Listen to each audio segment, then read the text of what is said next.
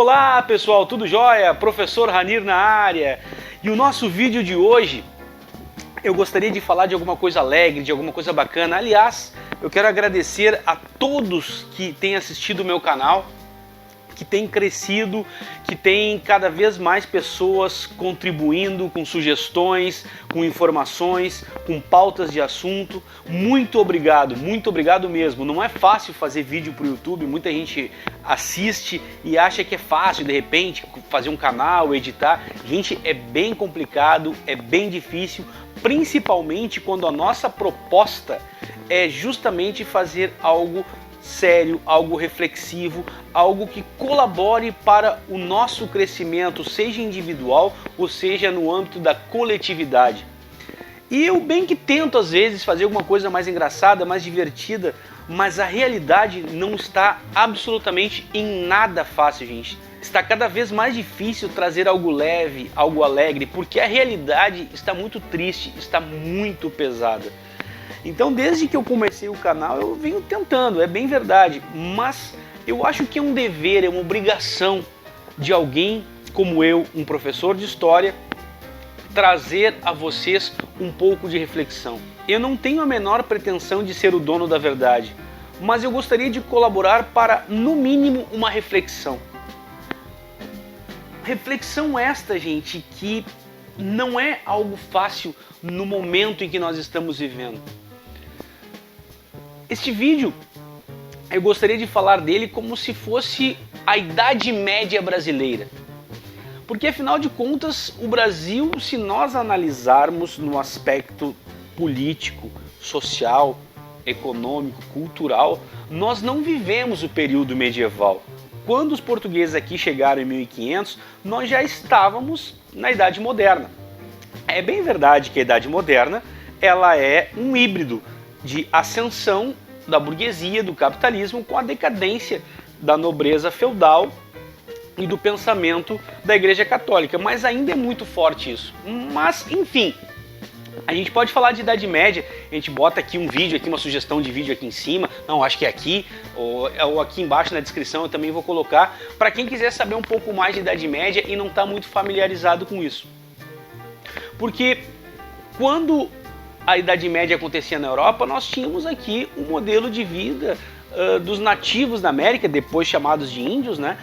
Ao qual nós chamamos de comunismo primitivo. Viviam numa sociedade em harmonia com a natureza, com a divisão social do trabalho de maneira comunitária. Então não se viveu esse período medieval no Brasil.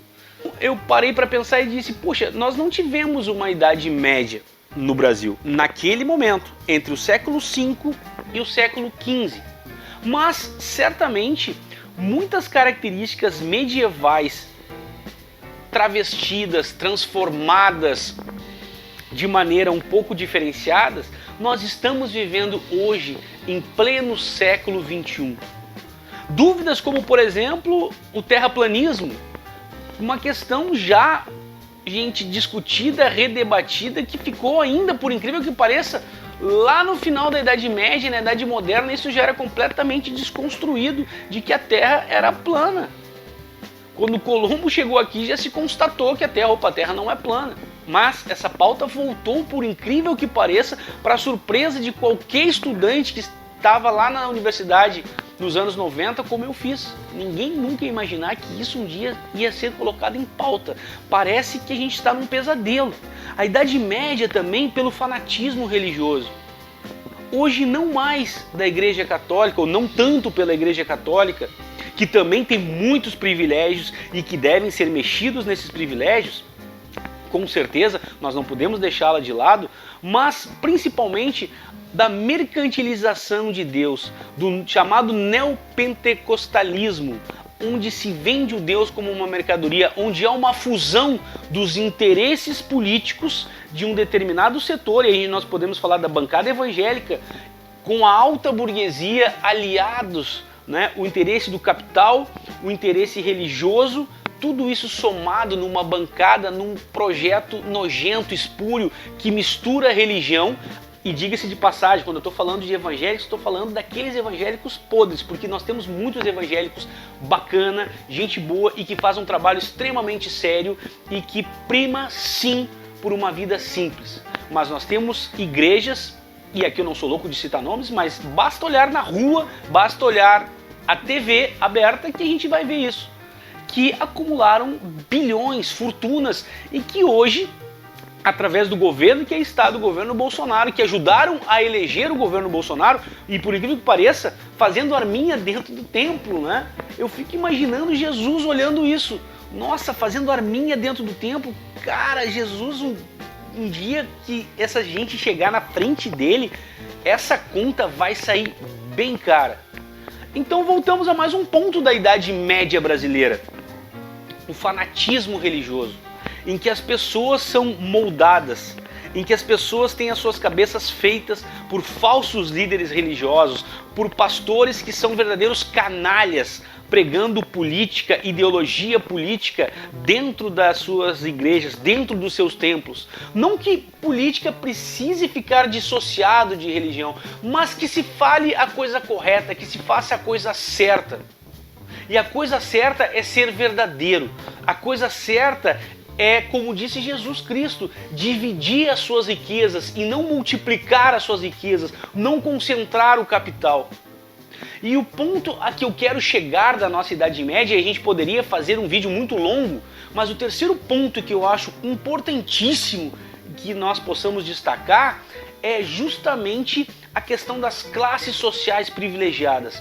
Por incrível que pareça, a Idade Média começa a ter o início do seu fim quando a burguesia entra em ascensão e ela é uma classe social revolucionária, em que ela quer mudar aqueles valores de privilégios do clero, aqueles sacerdotes, e aí nós falamos da Igreja Católica exclusivamente na Idade Média, e da nobreza, que tinham privilégios jurídicos, políticos, econômicos, em detrimento dos plebeus, que eram os artesãos, camponeses. A própria burguesia, ela era plebeia.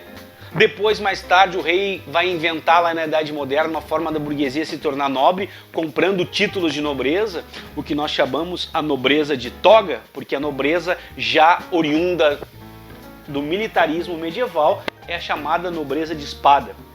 E dentro desse contexto, então, a burguesia foi revolucionária, porque ela também era da plebe e ela queria a mudança no status quo. A burguesia, junto com todos os demais plebeus, protagonizou a maior de todas as revoluções, que foi a Revolução Francesa, mudando para sempre o status social, político e econômico da humanidade.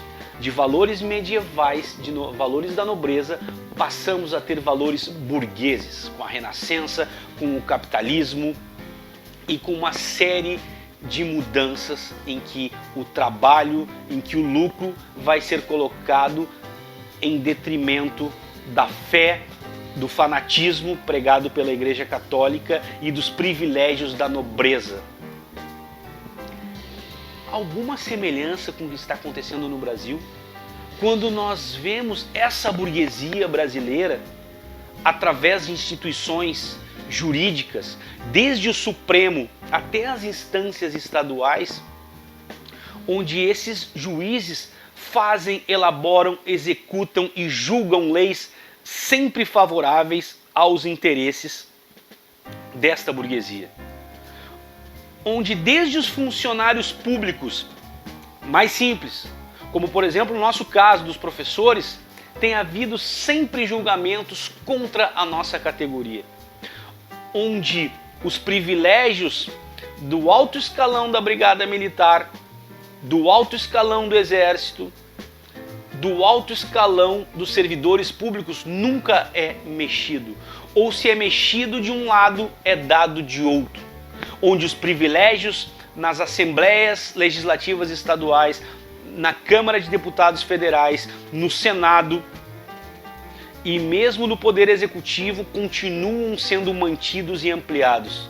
Se fala tanto em dívidas, mas não se corta onde tem mais privilégios.